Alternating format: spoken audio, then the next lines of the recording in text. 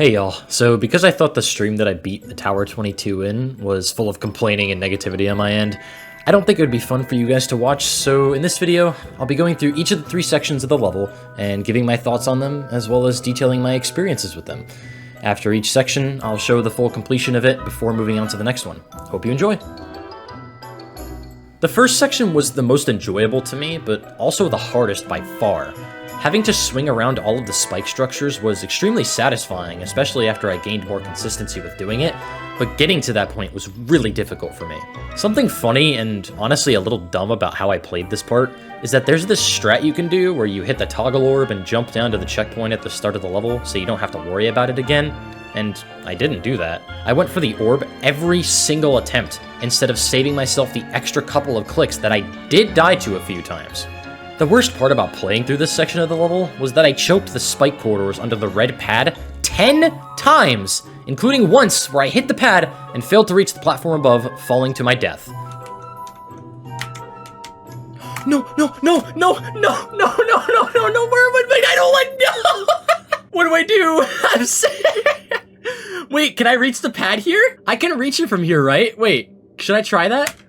The first section took me about an hour and 22 minutes to complete, which was well over half of my final playtime in the level. Trust me when I say, this part is brutal, and I knew that if I could pass it, I could get through the rest of it.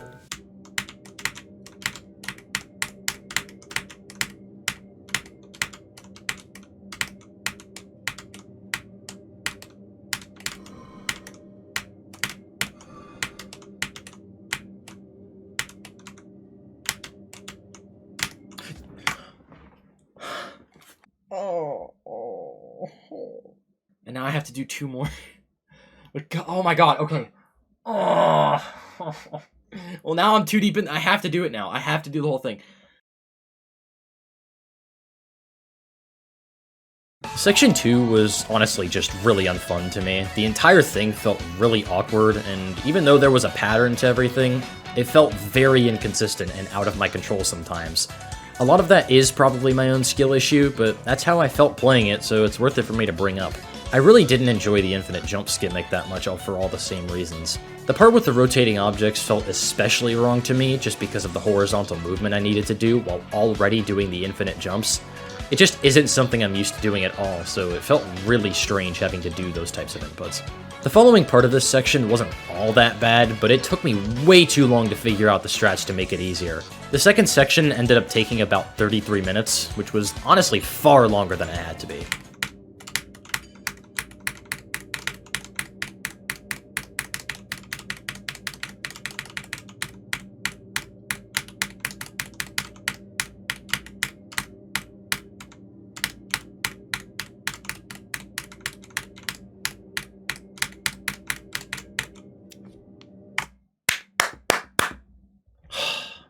Thank God. That was much quicker. Ugh. One more. Oh my God. The final section was interesting. It almost entirely consists of hitbox abuse, jumping on the corners of blocks that have spikes on them. I felt pretty good at this type of gameplay before playing this level, but the use of the tiny blocks and spikes made it significantly harder than I expected. Unfortunately though, every single death in this part feels like a huge slap in the face because of how difficult it is to eyeball where you can land. Stop undershooting it!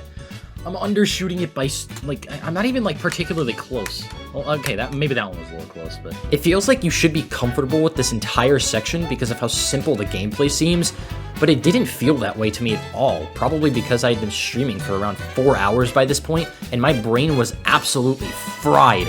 This section was probably the easiest of the 3, especially after the change to the sliding physics in platform mode. I heard from many people that it was severely nerfed as a result of that change, and it seems like that also improved the level drastically.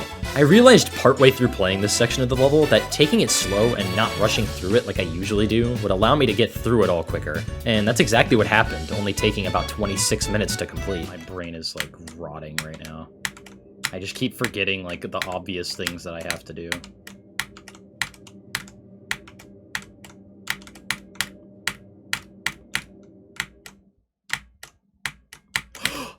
Oh.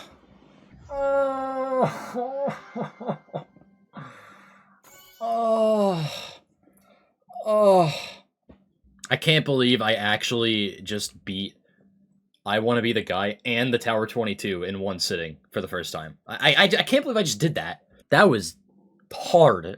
This was not like any experience that I've really had before. Oh my god, dude, I need to rest. That was rough. That was really rough. If you count the 42 minutes I had on the level before restarting, my final completion time on the Tower 22 ended up being just short of 2 hours, 21 minutes, and 37 seconds, with a total attempt count of 2,783, including practice mode.